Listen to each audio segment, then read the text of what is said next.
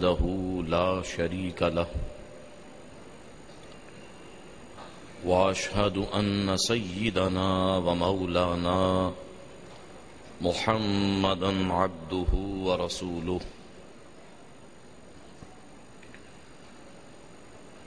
ارسله بالحق بشيرا ونذيرا صلى الله تعالى عليه وسلم. أما بعد فأعوذ بالله من الشيطان الرجيم. بسم الله الرحمن الرحيم. وأما بنعمة ربك فحدث. صدق الله مولانا العظيم. إن الله وملائكته يصلون على النبي يا أيها الذين آمنوا صلوا عليه وسلموا تسليما. اللهم صل على سيدنا وشفيعنا ومولانا محمد معدن الجود والكرم وآله وبارك وسلم. صلاة وسلاما عليك يا سيدي يا رسول الله. الحمد للہ، شکر للہ. نشرہ فاؤنڈیشن کی جانب سے ہر سال ہونے والی یہ داتا گنج بخش علی ہجویری کانفرنس آج بھی اپنے تمام محبت و خلوص کے ساتھ منعقد پذیر ہے. دور دراز سے الحمدللہ محبان داتا گنج بخش علی ہجویری اور اہل سنت و جماعت کے کثیر عوام الحمدللہ اس محفل پاک میں شرکت کرتی ہے، اور آج بھی الحمدللہ آپ حضرات اس محفل پاک میں حاضر ہیں. قرآن مجید فرقان حمید کی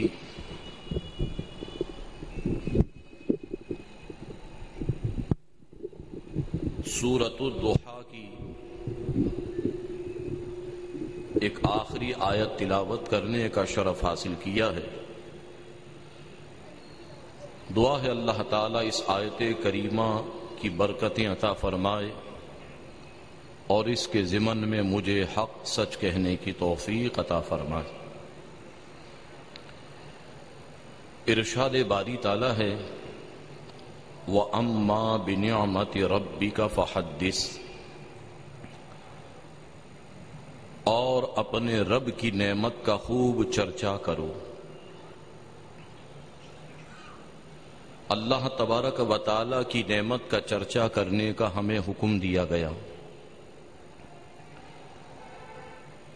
احادیث کریمہ میں بھی فرمایا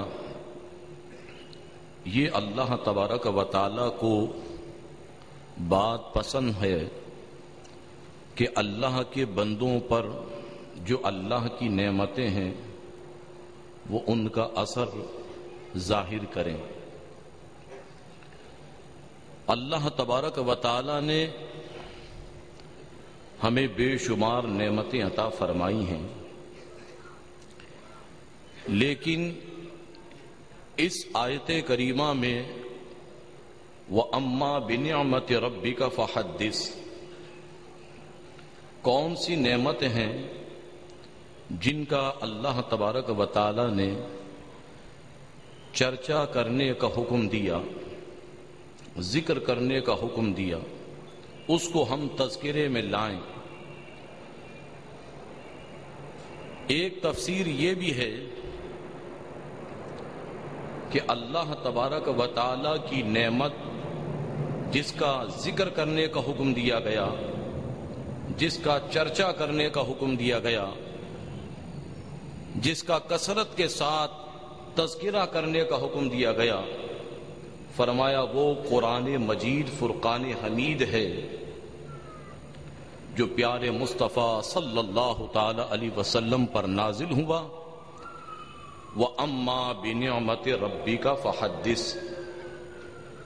قرآن عظیم فرقان حمید ہے جس کا چرچا کرنے کا حکم دیا گیا۔ پھر دوسرا قول اس میں یہ ہے کہ وہ نعمت جس کا چرچا کرنے کا حکم دیا گیا وہ نعمت عظمیٰ پیارے مصطفیٰ صلی اللہ تعالی علیہ وسلم ہیں، کہ جس کا حکم دیا گیا کہ خوب حضور کا ذکر کرو۔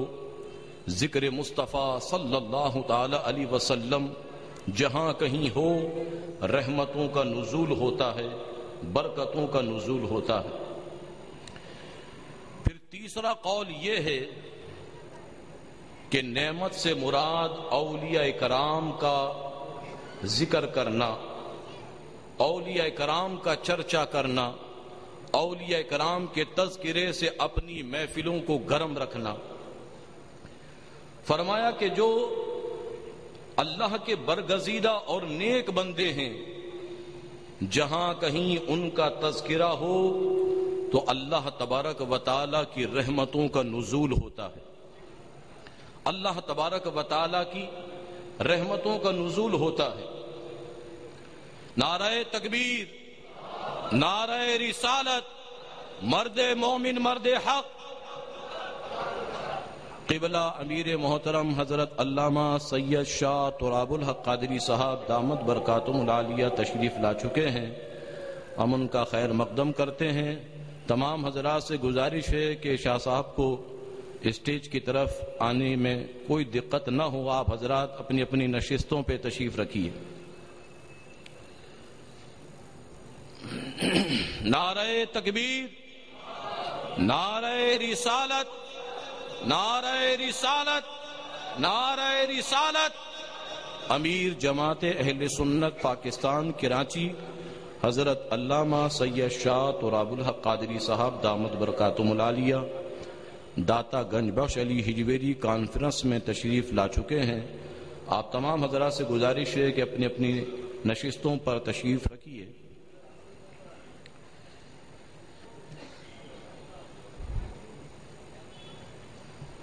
میں عرض یہ کر رہا تھا کہ نعمت وَأَمَّا بِنِعْمَةِ رَبِّكَ فَحَدِّثْ، اور اپنے رب کی نعمت کا خوب چرچا کرو۔ تو نعمت سے متعلق ایک آخری بات کہہ کے گفتگو ختم کرتا ہوں۔ امام غزالی رحمت اللہ تعالی علیہ فرماتے ہیں کہ نعمت وہ ہے جس کا فائدہ دنیا میں تو ملے ہی ملے، لیکن اس کا فائدہ آخرت میں بھی ملے، وہ نعمت ہے۔ اور جس کا فائدہ آخرت میں نہ ملے، جس کی سعادت آخرت میں نہ ملے، فرمایا وہ کامل نعمت نہیں ہو سکتی۔ کامل نعمت وہی ہے جس کا فائدہ دنیا میں بھی ملے، قبر میں بھی ملے، حشر میں بھی ملے، قبر میں بھی ملے، حشر میں بھی ملے، یہاں تک کہ جنت میں بھی ملے۔ تو الحمدللہ قرآن عظیم اللہ کی نعمت ہے، اس کا فائدہ ہمیں دنیا میں بھی ملتا ہے، قبر میں بھی ملتا ہے، حشر میں بھی ملتا ہے، قیامت میں بھی ملے گا، اور اس سے فائدہ ہمیں جنت میں بھی ملے گا۔ اسی طریقے سے پیارے مصطفیٰ صلی اللہ تعالی علیہ وسلم اللہ کی نعمت ہے۔ حضور کریم صلی اللہ علیہ وسلم کا فائدہ، حضور کے ذکر کا فائدہ دنیا میں بھی ہے، قبر میں بھی ہے، حشر میں بھی ہے، اور جنت میں بھی ہے۔ اولیاء کرام اللہ کی نعمت ہیں۔ اولیاء کرام کے تذکرے، اولیاء کرام سے محبت، اولیاء کرام سے نسبت کا فائدہ ہمیں دنیا میں بھی ہے، قبر میں بھی ہے، حشر میں بھی ہے۔ لہذا وَأَمَّا بِنِعْمَةِ رَبِّكَ فَحَدِّثْ، اپنے رب کی نعمت کا خوب چرچا کرو۔ اسی لیے عزیزان گرامی ہمارے مشائخ فرماتے ہیں کہ بزرگان دین اولیاء کاملین کی سیرت کو پڑھو بھی اور ان کے احکامات پر عمل کرنے کی کوشش بھی کرو۔ اللہ تبارک و تعالیٰ کے نیک بندے اس چیز کو ہمیں یوں بھی سکھاتے اور سمجھاتے ہیں کہ زندگی بھی ایک نعمت ہے، اور اس نعمت سے ہمیں جبھی فائدہ ہو سکتا ہے جب ہم اس نعمت کو صحیح طور پر استعمال کریں۔ صحیح طور پر استعمال جبھی ہو سکتی ہے جب ہم کسی اللہ والے سے اپنی نسبت جوڑ لیں، اللہ والوں کی صحبت اختیار کر لیں، اللہ والوں کے ہو جائیں، تو عزیزان گرامی پھر زندگی نعمت بن جاتی ہے، زندگی کا مزہ آ جاتا ہے، زندگی میں سرور پیدا ہو جاتا ہے۔ اللہ تبارک و تعالیٰ کے جتنے بھی نیک بندوں کے آپ نے تذکرے سنے، کیا کبھی آپ نے یہ سنا کہ اللہ تعالیٰ کے فلاں بڑے نیک بندے تھے لیکن وہ کسی نیکوکار سے تعلق نہیں رکھتے تھے، بلکہ وہ اپنا معاملہ سب سے الگ تھلگ رکھتے تھے؟ کبھی آپ کسی اللہ والے کی سیرت میں یہ بات ہرگز نہیں پائیں گے۔ لہذا ہمیں بھی چاہیے کہ ہم اپنی زندگی کو بہترین بنانا چاہتے ہیں تو عزیزان گرامی ہمیں اللہ والوں کے تذکرے، اللہ والوں کے ذکر سے اپنی زبان کو تر رکھنا ہوگا۔ جب تک ہماری زبان پر یا رسول اللہ جاری رہے گا، یا غوث اعظم دستگیر جاری رہے گا، داتا گنج بخش علی ہجویری جاری رہے گا، انشاءاللہ ہمارے ایمان کو کوئی خطرہ نہیں ہوگا۔ لیکن اگر کسی نے ذرا سا بھی اس سے اپنے آپ کو الگ کیا تو اس کے ایمان کو خطرہ ہوگا۔ لہذا جان سے بھی بڑھ کر اپنے ایمان کی ہمیں حفاظت کرنا چاہیے۔